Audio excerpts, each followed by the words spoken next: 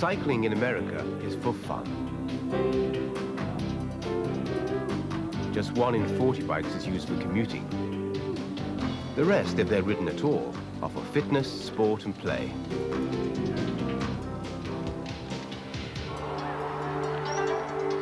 And as with so much else American, leisure pedaling is catching on in Japan.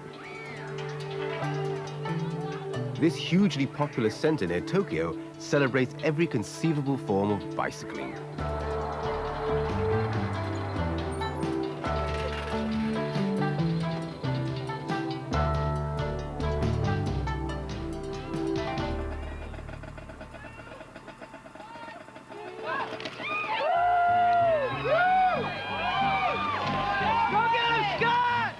But for sheer indulgence, these cyclists are hard to beat.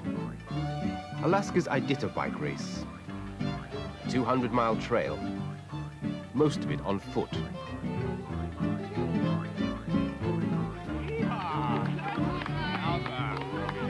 Yeah, we're having a great time. 60 competitors from as far away as Puerto Rico and Germany. An outlay with airfares and double-tired mountain bikes astronomical, compared with the cycling needs of a Chinese peasant. And to have the race snowed off after just 50 miles? It's unanimous opinion of everybody here that we're done right now. I rode 2 miles total out of the whole 50 if you exclude the roads off Big Lake. For most of the world, this is cycling. In Asia alone, bicycles transport more people and goods than do all the cars on Earth. In emerging economies like Taiwan, the bike is yielding to scooters and cars. Bicycles are regarded as the transport of the poor. Some third world governments have banned bikes from cities to make them look less backward. But in China, the authorities recognized decades ago that bikes were the cheapest mass transit. There's been sustained investment in bicycle routes and low-cost machines for all. There are some 300 million bikes in China. People are subsidized to ride to work. Even so, the World Bank, in a 400-page study, failed to mention the bicycle.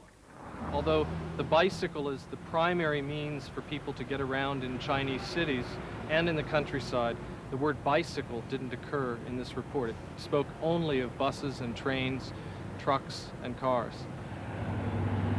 Such is the world's preoccupation with the car. Globally, bikes outnumber cars 2 to 1. And world car production is outpaced by the bicycle 3 to 1. One of the greatest ironies in the 20th century has to be that societies have continued to pour such vast amounts of precious resources like land and clean air and petroleum into technology that most of the people in the world will never afford, which is the automobile. Worst offender is the US, with a hidden subsidy on each car of $3,000 a year. We practically pay our commuters to drive by car. Car drivers pay very, very little tax on the gasoline that they use, and this little tax doesn't reflect the damage done to the environment. They don't have to pay for the space that they take up in parking lots. We have so much free parking in this country that that's an additional incentive. Another concept is to actually make drivers pay for the use of road space, because drivers take such a disproportionate amount of space, particularly when they drive 1 person per vehicle.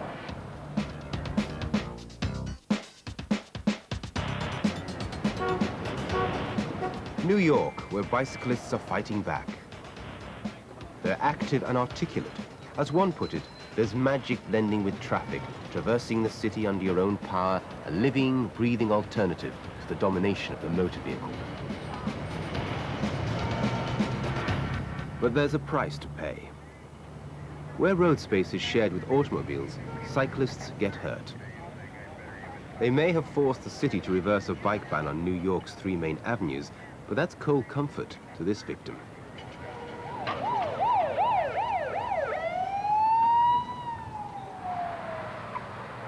The American urban cyclist, despised by motorists, ignored by the government.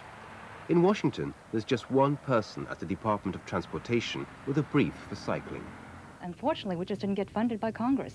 And it was not until just recently that we've gotten some funding to go into our fiscal year 1991 budget to establish a person to take care of the bicycle program. One official on a staff of 100,000, and the US population at over 250 million. In America, we supposedly have 2.7 million people who use the bicycle as a regular form of transportation on a daily basis. I think that's pretty impressive. With less than half America's population, Japan had 7.2 million commuters bicycling daily in 1980. This metro interchange in suburban Washington typifies America's dilemma. Buses feed commuters to and from the station, slow and inflexible. It can be more convenient to drive to town. Cycle to the station and there are more problems. It's easier to park a car. As a result, the metro loses thousands of potential riders. We have a number of big parking garages that have been built near the station. We have this one here right at the station entrance, and yet the bicycle parking here at the station is quite deficient, and the access conditions for cyclists trying to bike to the station are very dangerous. Suburban Japan, says Michael Reflogel, is the example America must follow. Since the 60s, when many people abandoned inefficient feeder buses, the Japanese have been cycling to the station in their millions. By the mid-70s, there was chaos. So many commuters were cluttering stations with their machines that the government had to legislate. Railways and private businesses were required to provide bicycle parks. Suburbanization in Japan hasn't meant building just park and ride lots and more highways everywhere. Instead, the Japanese have built giant guarded bicycle parking garages, some of which are computerized and very high tech, to store bicycles at the station. And this is a much more economical way to get people to public transport than by car or by feeder buses. Today, there are nearly 9,000 such parks, accommodating 2.5 million bikes. And if machines go unclaimed, they're shipped to the third world.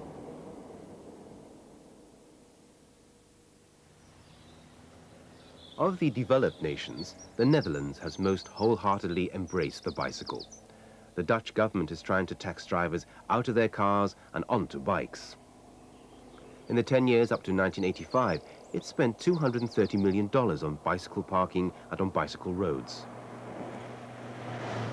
A network of direct, uninterrupted routes just for the bike. Have they gone crazy in Holland? They must have been struck by one of the windmills. It all started on October the 13th, yes, on a Friday. The Dutch television was looking for 10 people who are willing to give up the comfort of driving their own car for exactly 100 days.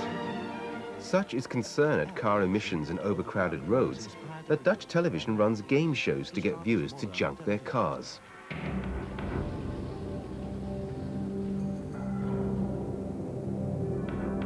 Unlucky participants watch stoically as their cars are dispatched.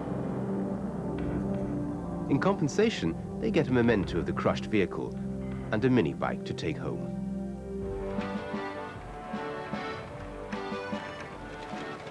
So pervasive is the bicycle that it accounts for up to half of all trips in Dutch cities. But there's a downside: bicycle theft. Als je 2 remmen hebt, dan rem je automatisch altijd beter als je maar 1 rem. This man is trying to sell a bicycle, undoubtedly stolen, and he needs the money for drugs. The buyer is a student whose bike was stolen earlier in the day. He scrapes together 15 guilders for a transaction that's illegal if you suspect the bike to be stolen. Thus is much of Amsterdam's drug trade financed. It's like a circle. They steal bikes, and then you need a bike, and you buy a bike from somebody else. So there's a vicious circle. So it's you could say it's a currency. Yes.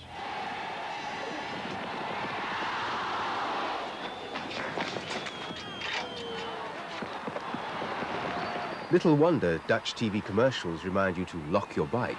Nou, zeker veel fiets.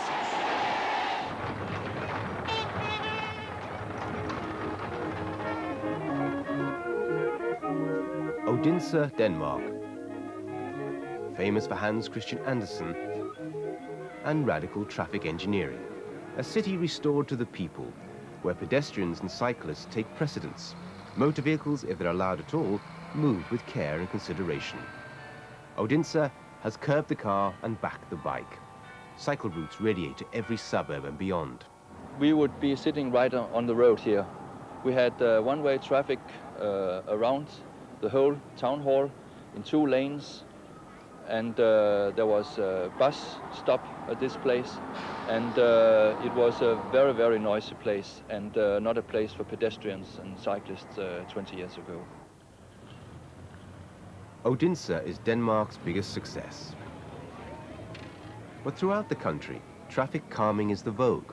From Norway, the Danes have imported the Emil philosophy, the environmentally adapted through road.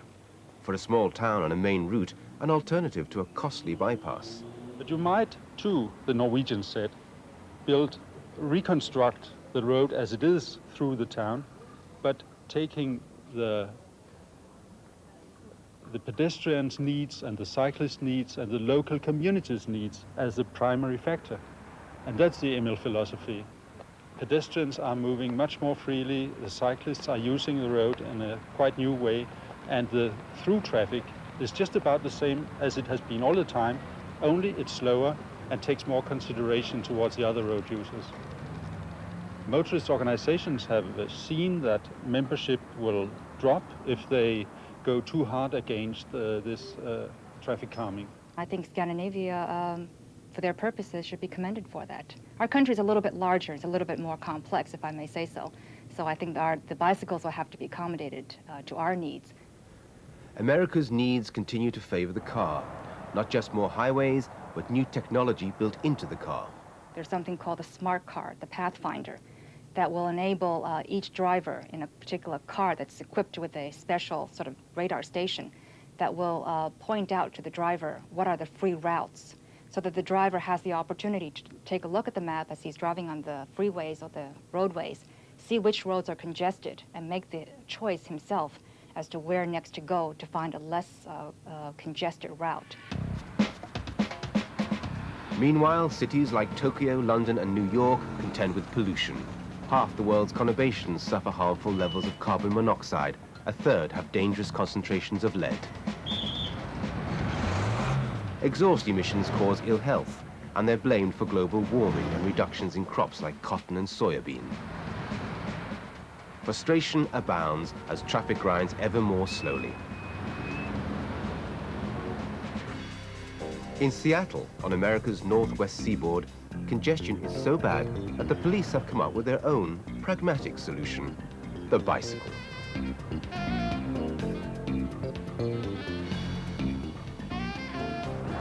"28 officers who've traded squad cars for mountain bikes. They can weave through gridlocks and sneak up silently on suspects, and arrests have risen dramatically. And with the bonus that the police are back in touch with the public. I think there's something real human about a policeman in shorts and a bicycle helmet riding down the street on a bicycle. People that would never dream of speaking with a police officer in a car or on a motorcycle wouldn't hesitate to come up and talk to us. We filmed 2 arrests with the bike squad. You see him, Al? He's right at the North Hill right now. The suspect in white has a gun. He's with the white shirt, long hair. Stuck it into some girl's face there. Yeah, I can't tell if it's real or not. It sure looks like it. The bicycle cops are taking no chances. Seen him pull out the clip a couple times. Okay, we're on our Go, way. yeah, move in. No, he's still got it in his hand. Right where that gal stood up. A tense moment, for if the suspect fails to raise his hands, the bike bobbies will shoot. I got it. They got him. The suspect complies. A dangerous shootout in a busy park in downtown Seattle has been averted. An arrest that probably wouldn't have happened had the police been using cars. Standing right underneath the tree now. Next, a drug If he bust. buys and doesn't put it in his mouth, we should probably take him first. This man is removing a sachet of drugs from his mouth. a delivery. Again, all of it observed by the bicycle squad from a stakeout. Okay, we'll move in and try to apprehend it.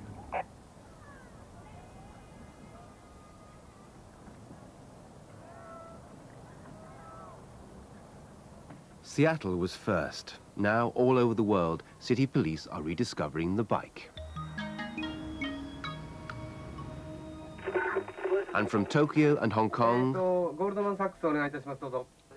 to New York and London, Bush pig, bush pig, bush pig. bicycle couriers are peddling for profit. On Your Bike is London's biggest courier, and it's booming because the bicycle is the fastest way to get parcels across town. The same with Nosaka Express in Tokyo. With average traffic speed down to 8 kilometers an hour, the bicycle is like quicksilver. Couriers have emerged through commercial necessity, bike cops with a need for speed and mobility. It's an important message, straight from the streets. But governments and planners persist with bigger and better roads attracting more and more traffic. Today in the United States, there is one automobile for every 2 people. The nationwide highway system is our pride and joy, and it was a very far-sighted move on the part of President Eisenhower back in the 50s when he developed the national highway system. The bicycle in this country remains a recreational vehicle. It's something for the family, it's something for health and fun, and it's going to be pretty hard to wrestle those cars away from the American public. And likewise in Britain, where traffic congestion costs $24 billion a year. A 16-kilometer car commute burns up 18,600 calories of energy, well over 2 liters of gasoline. The same journey by bike needs 350 calories, the energy in a bowl of rice. But like so many of us, the Japanese remain at their steering wheels. They'll even pay a $2,000 registration fee for every 2 years of their car's life. Technological luxury stuck in a traffic jam. About 100 bicycles can be made with the same materials used to build a medium-sized car. In the perfect world of the bicycle advocate, this would be rush hour in Montreal. But it's not. It's a day of assertion by 40,000 cyclists. The goodwill is there. What governments must do is to find the way, the incentives to make the bicycle the mass vehicle for a small planet.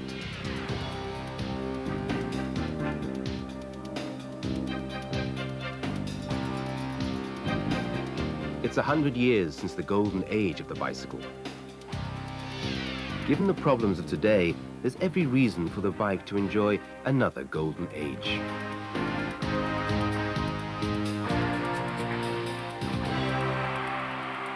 Wouldn't that be something to shout about?